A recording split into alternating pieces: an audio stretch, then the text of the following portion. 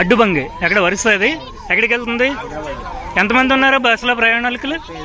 35 మంది. ఎలా జరిగి ఉంటుంది ఇది యాక్సిడెంట్? ఇందులో ఎవరికన్నా బాగా దెబ్బలు తగిలినాయా? పిల్లలు ఉన్నారా ఇందులో?